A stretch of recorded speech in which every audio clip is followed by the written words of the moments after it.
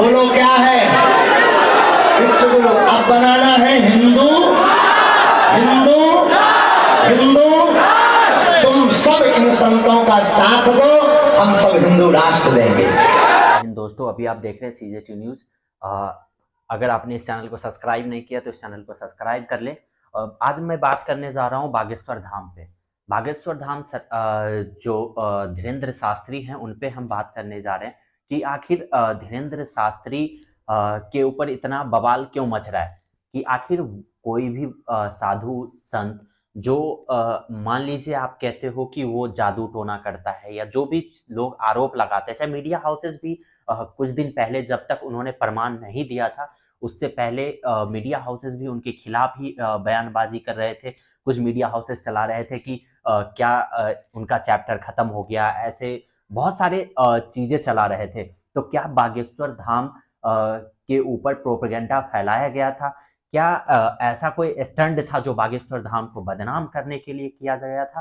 तो मैं सारे इस मुद्दे पे हम बात करेंगे कि बागेश्वर धाम जो आज एक हिंदू हृदय सम्राट, जो पहले योगी आदित्यनाथ या उससे पहले नरेंद्र मोदी, जिसको माना जाता था कि एक ब्रांड, क्या आज के डेट में बागेश्वर धाम हिंदू जो भी लोग हैं उनके ऊपर एक तरह से उनका पूरा प्रभाव पड़ता है। वो उनके बयानों से आज सोशल मीडिया में जो बयान देते हैं उन बयानों का एक प्रभाव पड़ता है लोगों पे।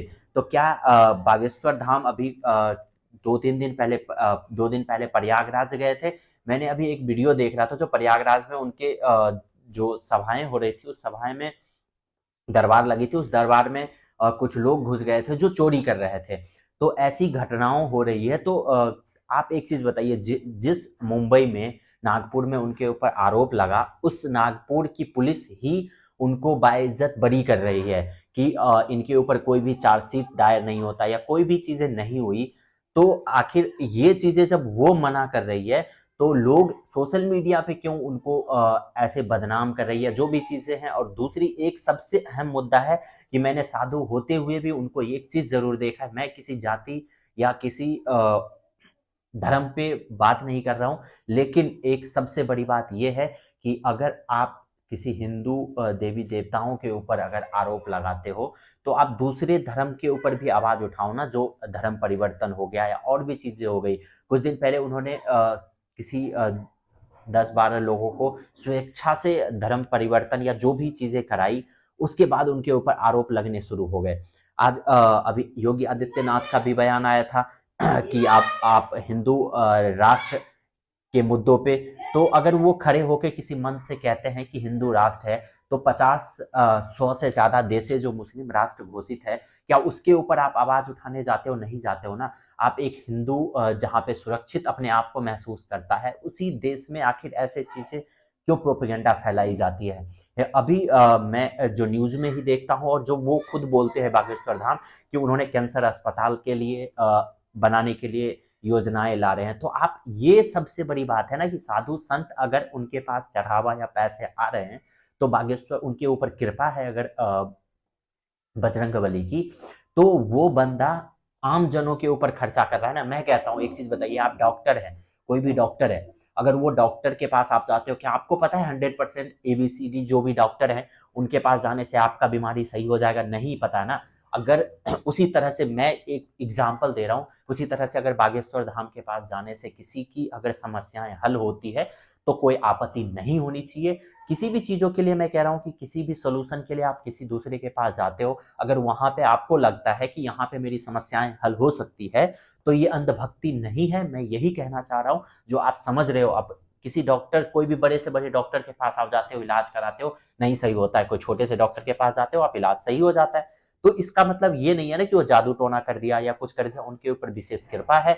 अगर आप कहते हो कि अगर हिंदू देवी देवताओं को आप नहीं मानते हो, या जो भी देवी देवता हैं किसी के भी धर्म में हो, अगर नहीं मानते हो तो आप पूजा क्यों करते हो? अगर आप धर्म को नहीं मानते हो तो आप पूजा करते क्यों हो? तो धर्म अगर आप मानते हो या जो भी देवी देवताएं हैं उनको मानते हो, तो हो सकता है बागेश्वर धाम पे बजरंगबली की विशेष कृपा हो। चाहे उनके द्वारा जो कहे जाते हैं वो चीजें अगर पूरी हो रही है, तभी तो कोई 10 लाख 15 लाख लोग वहां जा रहे हैं। अभी वो सामूहिक विवाह करा रहे हैं। तो क्या सामूहिक विवाह कराना गुनाह है क्या? हिंदू होके अगर हिंदू की बात कर रहा है तो क्या दिक्कत है? अगर कोई मुस्लिम है तो मुस्लिम की बात करता है, कोई दिक्कत नहीं है। अगर कोई हिंदू है तो हिंदू की बात करेगा, उसमें भी दिक्कत नहीं होनी चाहिए लोगों को।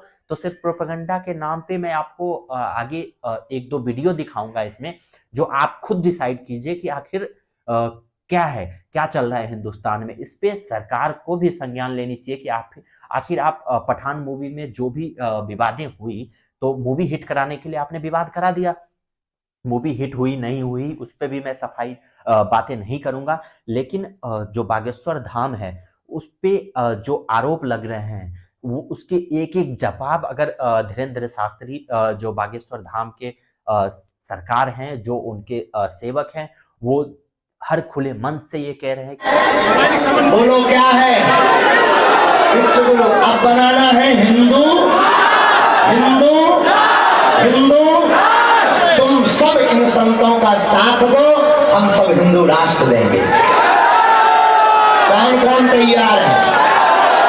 देखो हम कोई राजनेता नहीं है। ख्याल होना चाहिए और सब लोगों से ये गुजारिश है कि आप लोग लोकल मुद्दे उठाइए, लोकल बातें कीजिए। जो बागेश्वर धाम है वो मैं कहता हूँ, मैं उनका ये नहीं कह सकता कि मैं उनके खिलाफ हूँ या उनके पूरे फेवर में हूँ, लेकिन मैं ये जरूर कहूंगा कि अगर वो आम जनता के लिए, आम लोगों के लिए अगर कुछ भलाई का काम कर रहे हैं, अगर वो ये कर रहे हैं कि कैंसर अस्पताल बना रहे हैं, अगर गरीबों के शादी करवा रहे हैं फ्री में, अगर वहाँ पे लंगर लगते हैं, जो भी वहाँ पे फ्री में भोजन कराए जाते हैं प्रसाद स्वरूप, वो अगर कराए जाते हैं तो वो सबसे अच्छी बात है और ये होनी भी चाहिए। सिर्फ ये नहीं कि अगर कोई चढ़ावा आता है अपने घर में रख लो, अपना अगर आमदनी का स्रोत बन गया तो। और जबकि वहाँ पे ये मैंने जो उनका वीडियो देखा, अभी तक मैं गया नहीं हूँ, और मैं आपको वचन देता हूँ कि मैं बहुत जल्द बागेश्वर धाम जाऊँगा और आपको वहाँ से कवरेज दिखाऊंगा कि आखिर वहाँ की सच्चाई क्या है।